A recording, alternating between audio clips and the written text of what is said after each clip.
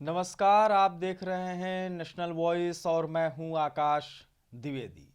Bharatiya Janata party को मंत्री Swami Prasad Maurya tata bye bye कह चुके हैं। टाटा बाय बाय कहने के बाद स्वामी प्रसाद मौर्य समाजवादी पार्टी का दामन भी थाम लिए हैं। अखिलेश यादव के साथ उनकी एक तस्वीर सोशल मीडिया पर सामने आई, जिसके बाद इस सर्द मौसम में भी उत्तर प्रदेश का सियासी तापमान गर्म हुआ। सियासी तापमान गर्म होना भी है क्योंकि 2022 का विधानसभा चुनाव अब एकदम अपने मुहाने पर आकर खड़ा है। ऐसे वक्त में सभी पार्टियों के अंदर आना जाना, खिड़की से आना, दरवाजे से निकलना सब चलता रहेगा। लेकिन स्वामी प्रसाद मौर्य के सपा में जाने के बाद जो भारतीय जनता पार्टी के खेमे में दिखाई दिया वो बेहद रोचक और बेहद दिलचस्प रहा। उप मुख्यमंत्री केशव प्रसाद मौर्य ट्विटर अकाउंट पर ट्वीट करते हुए लिखते हैं कि स्वामी प्रसाद मौर्य को जल्दबाजी में फैसला नहीं लेना चाहिए। जल्दबाजी में लिए गए फैसले अक्सर गलत होते हैं। लेकिन वहीं बीजेपी के कई मंत्री स्वामी प्रसाद मौर्य के जाने के बाद उन पर टिप्पणी करते हुए भी नजर आए। अच्छा, इतनी बात स्वामी प्रसाद मौर्य की और बीजेपी की मैं क्यों कर रहा हूं पता है? वजह यह है कि स्वामी प्रसाद मौर्य भाजपा से निकलकर सपा में गए। समाजवादी पार्टी के राष्ट्रीय अध्यक्ष अखिलेश यादव के परिवार के सबसे कद्दावर नेता अगर किसी को कहा जाए तो वो हैं धर्मेंद्र यादव। लेकिन धर्मेंद्र यादव जिस लोकसभा सीट से सांसद पिछले कई बार रहे, उसी लोकसभा सीट पर मौजूदा समय की सांसद हैं संघमित्रा मौर्य, यानी कि स्वामी प्रसाद मौर्य की बेटी संघमित्रा मौर्य। ऐसे में अब दिलचस्प मामला और गुड़ा गणित बैठाने वाला मामला यह होगा कि क्या स्वामी प्रसाद मौर्य सपा में गए हैं तो उनकी बेटी भाजपा को छोड़ेगी, और अगर नहीं छोड़ेगी तो आखिरकार राजनीति में यह हुआ क्या? धर्मेंद्र यादव के साथ अखिलेश यादव कितने खड़े होते हैं, या स्वामी प्रसाद मौर्य के 2022 के इस विधानसभा चुनाव में आने से ठीक पहले सपा क्या मजबूत होती है? ये सारी बातें दिलचस्प हैं, इस पर और भी बात करेंगे। लेकिन सबसे पहले सुनते हैं वो रिएक्शन जो समाजवादी पार्टी की ओर से है। समाजवादी पार्टी के राष्ट्रीय सचिव अखिलेश कटियार क्या कुछ कह रहे हैं, आइए सुनवाते हैं। स्वामी प्रसाद मौर्य जी का समाजवादी परिवार में बहुत बहुत स्वागत है, उनका और उनके साथियों का। साथियों, बहुत महत्वपूर्ण घड़ी में ये मौर्य जी का ये एक संविधान को बचाने के लिए, लोकतंत्र को बचाने के लिए ये फैसला बहुत ऐतिहासिक है और हमेशा ये फैसला उनका याद रखा जाएगा। आज शोषित, वंचित, सामाजिक न्याय के विचार में विश्वास रखने वाले हर आदमी की एक उम्मीद है, माननीय अखिलेश यादव जी।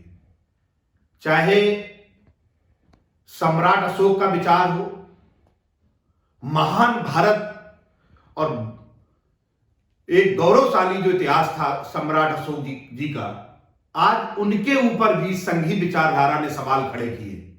बुद्ध की विचारधारा को तोड़ने का काम किया, किसानों को खत्म करने का काम किया, मजदूरों को, हर वर्ग को आज जो संघ की विचारधारा ने, भारतीय जनता पार्टी के नेताओं ने जिस तरीके से चूर चूर किया है, उसको बचाने के लिए स्वामी प्रसाद मौर्य जी और उनके साथियों ने जो उम्मीद जताई है कि एकमात्र उम्मीद है माननीय अखिलेश यादव जी, जो इस रास्ते को चल के उत्तर प्रदेश को मजबूत पहचान और भारत की लोकतंत्र को बचाने का काम कर रहे हैं। आज भारतीय जनता पार्टी के खेमे में जो बैठक दिल्ली में चल रही है, ये जो महाभारत शुरू हुआ है उत्तर प्रदेश का, उस महाभारत के पहले की शाम की ये आखिरी शाम की मीटिंग है। मायूस लोग हैं और इसमें जो दुर्योधन के तौर पे जो उत्तर प्रदेश में बैठे हैं, वो चिंता कर रहे हैं कि हमारे एक एक, चाहे ओम प्रकाश राजभर हो, चाहे स्वामी प्रसाद मौर्य जी हो, वो सब लोग जो उनके योद्धा थे, आज सभी ने अखिलेश यादव जी में निष्ठा दिखाई है, आज उनके साथ खड़े हुए हैं आके। अब कुछ नहीं हो सकता, बात बहुत आगे निकल चुकी है। सबका विश्वास समाजवादी पार्टी के नेता जो आज कर्मयोगी अर्जुन के रूप में खड़े होकर इस महाभारत में एक जनता की आवाज बने हैं, ये उनकी मजबूती, उनका संघर्ष और उत्तर प्रदेश के कैसे विकसित उत्तर प्रदेश बनेगा, कैसे संपन्न उत्तर प्रदेश बनेगा, कैसे किसानों को हक मिलेगा, नौजवानों को रोजगार मिलेगा, छात्रों को अच्छी शिक्षा मिलेगी, ये लड़ाई शुरू है। और 10 मार्च को गीता का सार बताते हुए हमारे ही अर्जुन कृष्ण के रूप में एक नए इतिहास को लिख रहे होंगे। अब समाजवादी पार्टी के राष्ट्रीय सचिव अखिलेश कटियार तो कह रहे हैं कि दलितों, गरीबों, वंचित, शोषितों को न्याय सपा में मिलेगा। ये बात सभी जान गए हैं, स्वामी प्रसाद मौर्य को भी ये बात मालूम पड़ गई है। लेकिन दिलचस्प मामला ये है कि क्या स्वामी प्रसाद मौर्य को 5 साल खत्म होने में जब कुछ महीने बाकी हैं, यानी कि 1-1.5 महीने, या कहिए कि वो भी नहीं क्योंकि आचार संहिता तो लग चुकी है, क्या स्वामी प्रसाद मौर्य को अब याद आया है कि भारतीय जनता पार्टी में दलितों, पीड़ितों, पिछड़ों, शोषितों, वंचितों के साथ न्याय नहीं होगा? वैसे इस पूरे मामले पर भारतीय जनता पार्टी की ओर से भी रिएक्शन आया है अश्वनी शाही का, वो भी आपको सुनना चाहिए।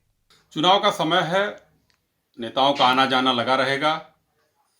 स्वामी प्रसाद मौर्य जी जिस समाजवादी दल से, उन विचारों से आहत होकर बहुजन समाज पार्टी में शामिल हुए, उन्हीं विचारों से फिर आहत होकर वो भारतीय जनता पार्टी में शामिल हुए और फिर उन्हीं विचारों से आहत होकर समाजवादी पार्टी में चले गए। 5 साल तक कहाँ रहे? अगर किसी दलित के साथ अन्याय हो रहा था, अगर वो विपरीत विचारधारा की पार्टी थी, तो भारतीय जनता पार्टी में 5 साल लग गए इनको सोचने में। बड़े नेता हैं, चले गए। लेकिन वो पुत्र मोह, धृतराष्ट्र, पुत्र मोह में पुत्र को टिकट दिलवाना, बेटी आज सांसद है, भारतीय जनता पार्टी झुकने वाली नहीं है।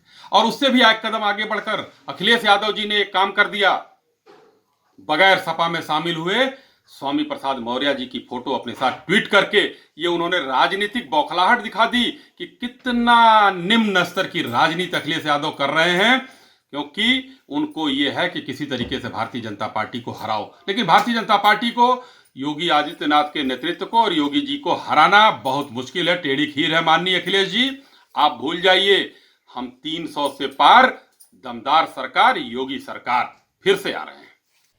देश की सबसे बड़ी पार्टी के तौर पर जानी जाने वाली कांग्रेस भी कहां अछूती रह सकती है। कांग्रेस पार्टी के उत्तर प्रदेश से प्रवक्ता सचिन रावत तो खुले तौर पर यह कह रहे हैं कि यह भारतीय जनता पार्टी की ही चाल है। देखिए, जिस तरह से कुछ नेता दल बदल कर रहे हैं, मैं समझता हूं कि ये सिर्फ और सिर्फ मौका परस्ती को लेकर के दल बदल करते हैं। जहां तक आपने देखा होगा कि जब चुनाव नज़दीक आता है तो अपनी महत्वाकांक्षाओं को लेकर के नेता जाते हैं, लेकिन उनके साथ कभी जनता नहीं जाती। और जनता इन नेताओं का असली चेहरा जानती है कि जब वोट की बारी आती है तो उनका सिंबल कुछ और होता है और चुनाव जीतने के बाद में दल कोई और हो जाता है। और मैं समझता हूं कि स्वामी प्रसाद मौर्य जी आज गए हैं, लेकिन उनकी बेटी तो आज भी भाजपा की सांसद है।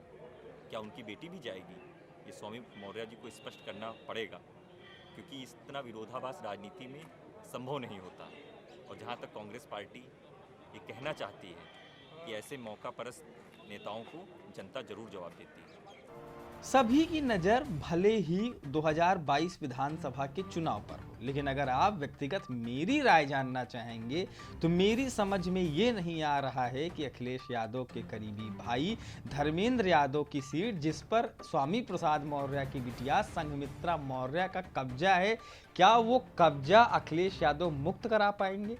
क्या संघमित्रा मौर्य स्वामी प्रसाद मौर्य की तरह ही भारतीय जनता पार्टी को छोड़कर समाजवादी पार्टी में आएंगी या नहीं आएंगी? ये बात तो वक्त के साथ ही मालूम पड़ेगा। लेकिन स्वामी प्रसाद मौर्य और भाजपा के कई नेता जिस तरीके से निकले हैं और कई लोगों के निकलने और आने जाने की सुगबुगाहट हो रही है, इससे उत्तर प्रदेश में होने वाला 2022 का विधानसभा चुनाव रोचक जरूर नजर आ रहा है।